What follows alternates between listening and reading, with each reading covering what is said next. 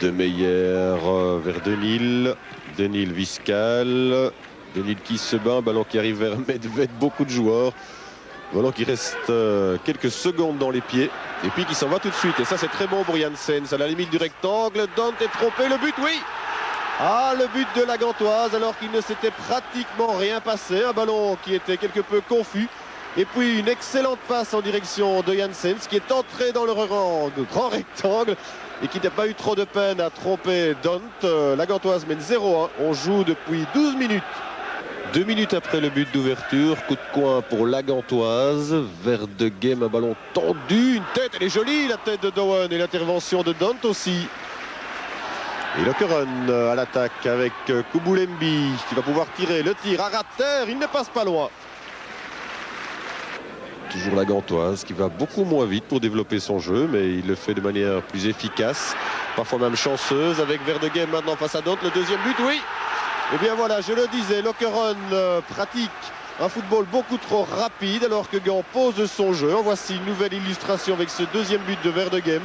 Un football relativement lent. Verdegem aux abords du grand rectangle. Dante est sorti un peu tard. Verdegem 2-0 alors que l'on joue depuis 27 minutes maintenant. Dowen, attention, il a un bon tir. Dowen, il la joue petit avec Viscal, c'est bien fait ça. Si c'est un but, ce sera merveilleux. Et Dowen qui rate son tir. Ah, victime peut-être de la longueur de ses jambes. Il n'est pas content du tout. Kubulembi dans la foulée d'Ede Lazio qui est rapide, plus rapide que Dowen en tout cas. Son centre est bon, la tête de Chiachia et Petri qui se couche. Bosmans ne peut qu'effleurer le ballon. Viscal qui le passe, c'est joli ça. Le centre, la tête de Balenga, la reprise de Denil au ras du poteau droit de Dante. Le coup de coin, ballon brossé, premier poteau. Attention, Petri qui sort, ne parvient pas à négocier le ballon. Le lob et la tête in extremis là de Rover.